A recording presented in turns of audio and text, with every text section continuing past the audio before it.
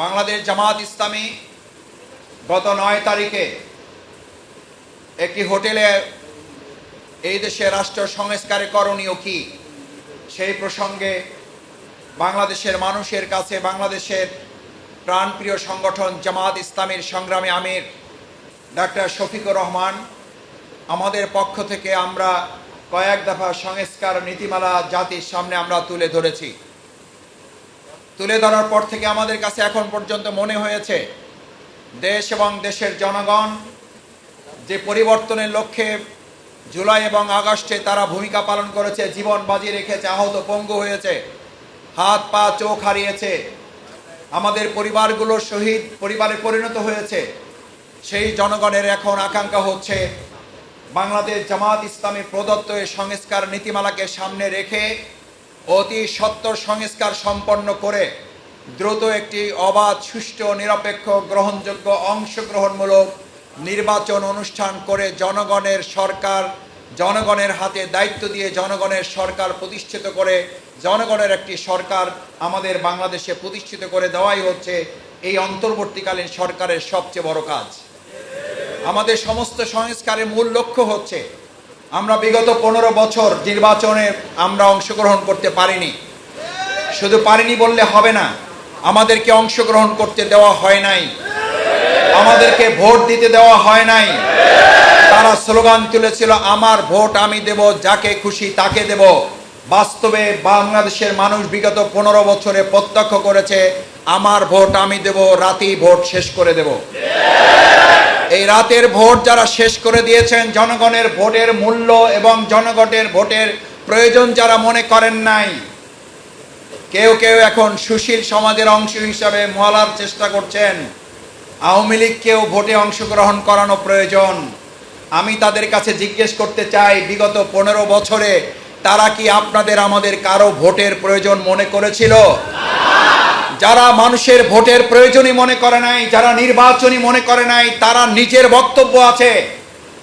এই শেখ হাসিনার ভিডিও এখন বাচ্চা শিশুদের কাছেও পাওয়া যায়। ভোট যেমন হয় হোক, আমি পাওয়ার চাই, আমি উন্নতি চাই, উন্নয়ন চাই। এই পাওয়ার যিনি চেয়েছেন তিনি বাংলাদেশের নির্বাচনের কবর রচনা করেছেন।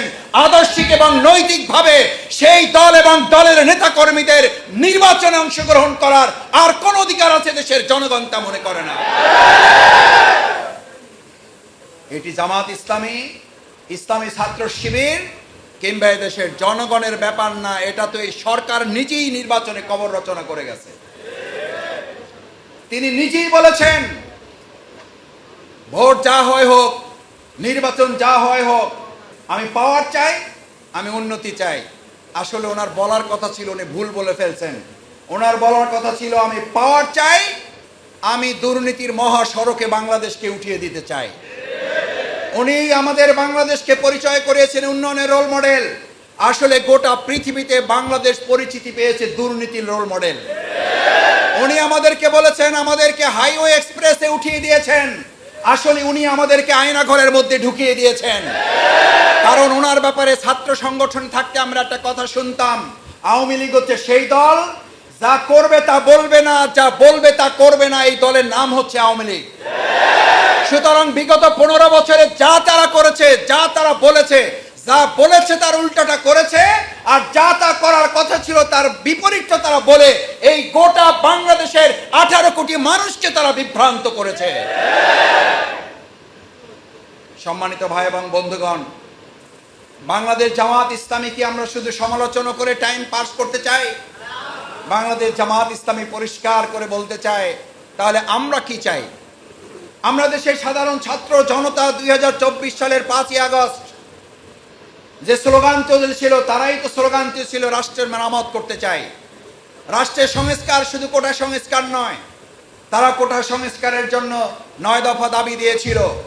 এই 9 দফা দাবি দিতে গিয়ে তাদের কাছে মনে হয়েছে এই 9 দফা দাবির যদি প্রত্যেকটাও বাস্তবায়ন করা হয়, তাহলে বাস্তবায়ন প্রক্রিয়ার সাথে যারা জড়িত তারা দুর্নীতির এমন রোল মডেল স্থাপন করেছে যে এটা আজকে আন্দোলন শেষ হয়ে গেলে কালকে আবার আমাদেরকে আন্দোলনে নামতে হবে, আবার আমাদের জীবন দিতে হবে, আবার আমাদেরকে রক্ত দিতে হবে।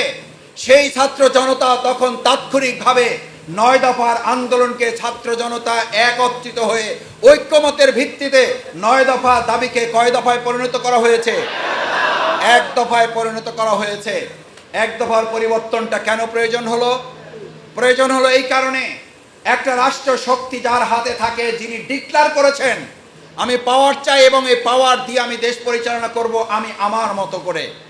আমি আমার মতো করে যিনি পরিচালনা করেন, তার অর্থই হলো তিনি ওই দেশের মালিক হয়ে যান আর ওই দেশের সমস্ত সম্মানিত নাগরিকদেরকে তিনি দাসে পরিণত করতে চান। আমাদেরকে দাসে পরিণত করা হয়েছিল বলেই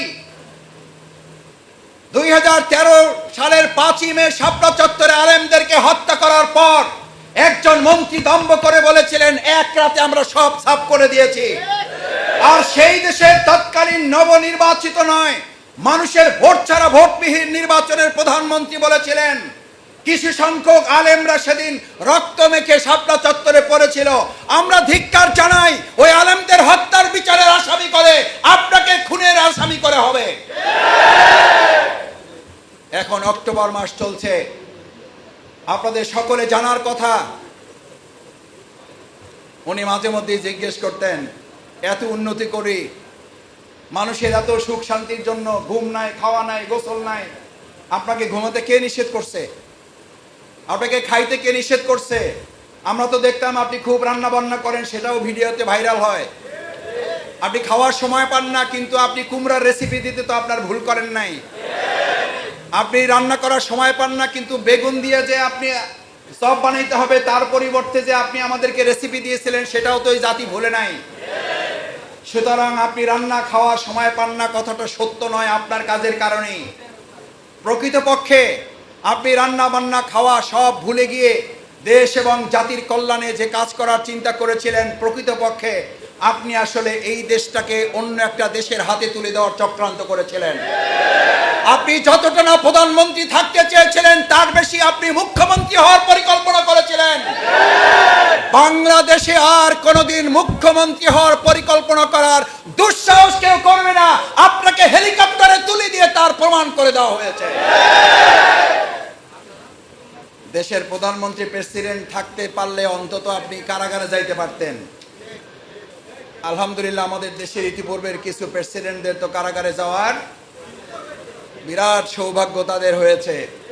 আমরা এতদিন এই পর্যন্ত জানতাম যে দুর্নীতি কিছু করলেও অন্তত কারাগারে 9 বছর কাটানোর সুযোগ থাকে, এরপর বের হয়ে অন্তত কিছুটা স্বাভাবিক জীবনে মৃত্যুবরণ করা যায়। কিন্তু আপনি আমাদেরকে এমন উন্নতি এবং রোল মডেলের দিকে নিয়ে গেলেন। আপনি শুধু 2013 সালের 5ই মে শাপলা চত্বর ঘটিয়েছেন তা তো না, আপনার কথা আমাদের মনে আছে। 2006 সালের 28শে অক্টোবর আমরা শান্তিপূর্ণভাবে ক্ষমতা হস্তান্তরের জন্য একটা গ্রহণযোগ্য নির্বাচনের মাধ্যমে কেয়ারটেকার সরকার ক্ষমতা হস্তান্তর হবে, তারা নির্বাচনের ব্যবস্থা করবে। কিন্তু আপনাদের নিশ্চয়ই মনে থাকার কথা, পালিয়ে যাওয়া পলাতক এই শেখ হাসিনা সেদিন তার আগেই ডিক্লেয়ার করে দিয়েছিল যার কাছে যা আছে লগি বৈঠা নিয়ে আপনারা ঢাকায় চলে আসবেন। শুধু লগি বৈঠা নিয়ে ঢাকায় চলে আসবেন না, তার আগে ঘোষণা ছিল একটা লাশের পরিবর্তে কয়টা লাশ দিবেন তিনি? 10টা লাশ দিবেন তিনি।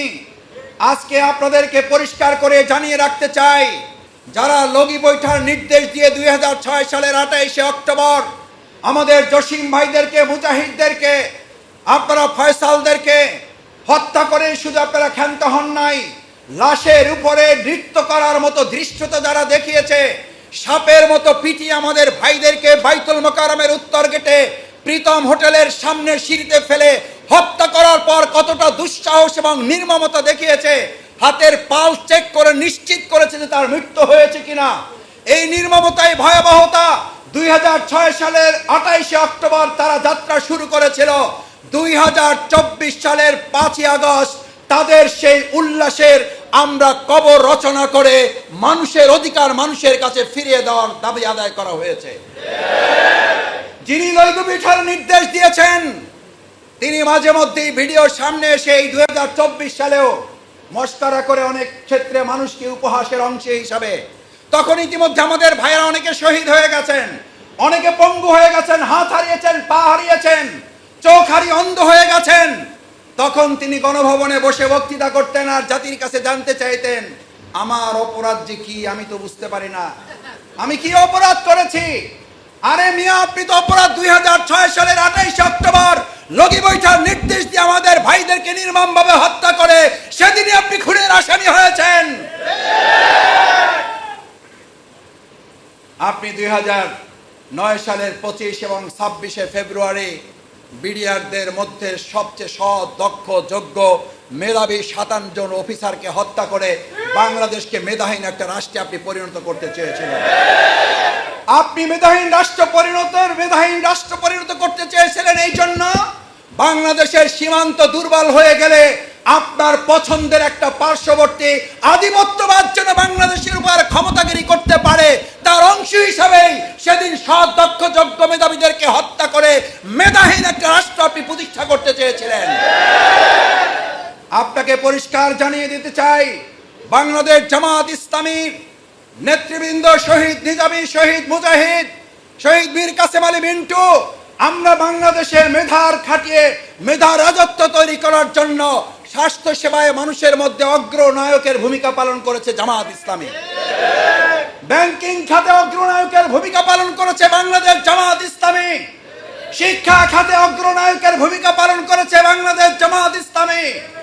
আমরা সৃষ্টি করেছি, আপনি বিগত 15 বছরে আমাদের সমস্ত সৃষ্টিগুলো ধ্বংস করে পার্শ্ববর্তী একটা রাষ্ট্রের আধিপত্য তৈরি করার অপচেষ্টা চালিয়েছেন।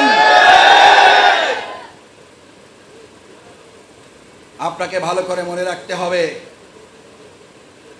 আমাদের ব্যাংক যারা তৈরি করেছেন তাদের একজন ব্যক্তিকে আপনি শহীদ করেছেন। ব্যক্তি শহীদ মীর কাসেম আলীরা মরে যায়, কিন্তু ব্যক্তি শহীদ মীর কাসেম আলীর যে আদর্শের লালন করে তারা তার পরিবর্তে আরো কয়েক লক্ষ মীর কাসেম আলী তৈরি করে রেখে দেয়। এই স্টেজে এক সময় বসে থাকতো আমির জামাত নিজামী ভাই, এই স্টেজে বসে থাকতো আলী হাসান মোহাম্মদ মুজাহিদ। আজকে শেখ হাসিনা তার দোসররা যারা এখনো দেশে আছো, দেখে যাও নিজামীর অনুসারী তৈরি হয়ে এই মঞ্চগুলো এখনো আমরা আলোকিত করে রাখতে সক্ষম হয়েছি।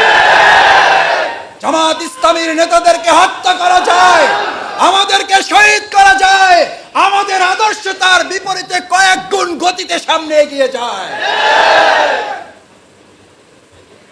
আমাদের স্বাস্থ্য সেবা খাতকে ধ্বংস করার সমস্ত আয়োজন সম্পন্ন করা হয়েছে। আমরা বারবার বলেছি, জামাতের সাথে রাজনৈতিকভাবে মোকাবেলা করুন। আমাদের সাথে রাজনৈতিকভাবে মোকাবেলা না করে সন্ত্রাসী জঙ্গি কায়দায় আমাদের সাথে তারা মোকাবেলা করার চেষ্টা করেছিল। আর আমরা বলেছিলাম আমরা জীবন দেব, আমরা শহীদ হব, আমরা আমাদের জনগণের দাবি আদায়ের লক্ষ্যে তাদের পাশে থেকে জেল, জুলুম, নির্যাতন, হামলা, মামলা, রিমান্ড হাসি মুখে পালন করব। কিন্তু আমরা আমাদের জালিম ফ্যাসিস্টদের কাছে এক সেকেন্ডের জন্য নতি স্বীকার আমরা করি নাই, করছি না। ভবিষ্যতে যারা চোখ রাঙাচ্ছেন অবশ্যই সাবধানে চোখ রাখাবেন। জামাত ইসলামী উড়ে আসা জুড়ে কোনো সংগঠন নয়, আমরা লড়াই করে বড় হয়েছি, লড়াই করেই চলবে আমাদের সামনের জীবন। আসুন সম্মানিত ভাই এবং বন্ধুগণ, আমাদের এই প্রিয় মাতৃভূমি বাংলাদেশ, এই ধানমন্ডি অঞ্চল, আমি গত প্রোগ্রামে বলে গিয়েছিলাম এটা একটা অভিজাত অঞ্চল। বিগত 15.5 বছরে এই অঞ্চলটাকে পরিণত করা হয়েছে একটা সশস্ত্র অঞ্চল হিসেবে। এই অঞ্চলটাকে পরিণত করা হয়েছে হেলমেট বাহিনী আর হাতুড়ি লীগের অঞ্চল হিসাবে। এখান থেকে ছাত্রদের হেলমেট এবং হাতুড়ি দিয়ে আন্দোলন দমানোর জন্য সরাসরি গুলির নির্দেশ এসেছে ধানমন্ডি থেকে। তোমরা গুলির নির্দেশ দিয়েছ, তোমরা হেলমেট হাতুড়ির নির্দেশ দিয়েছ, আমরা আল কোরআনের নির্দেশ দিয়ে ধানমন্ডির হারানো অভিজাত্য আমরা ফিরিয়ে নিয়ে আসবো ইনশাআল্লাহ। আসুন সেই অভিজাত ধানমন্ডি করার প্রত্যয় ব্যক্ত করে সবাইকে ধন্যবাদ, কৃতজ্ঞতা জানিয়ে আমার কথা শেষ করছি। আল্লাহ হাফেজ। বাংলাদেশ জিন্দাবাদ, বাংলাদেশ জামাত ইসলামী জিন্দাবাদ, ধানমন্ডি উত্তর শাখা জিন্দাবাদ। আসসালামু আলাইকুম ওয়া রাহমাতুল্লাহ।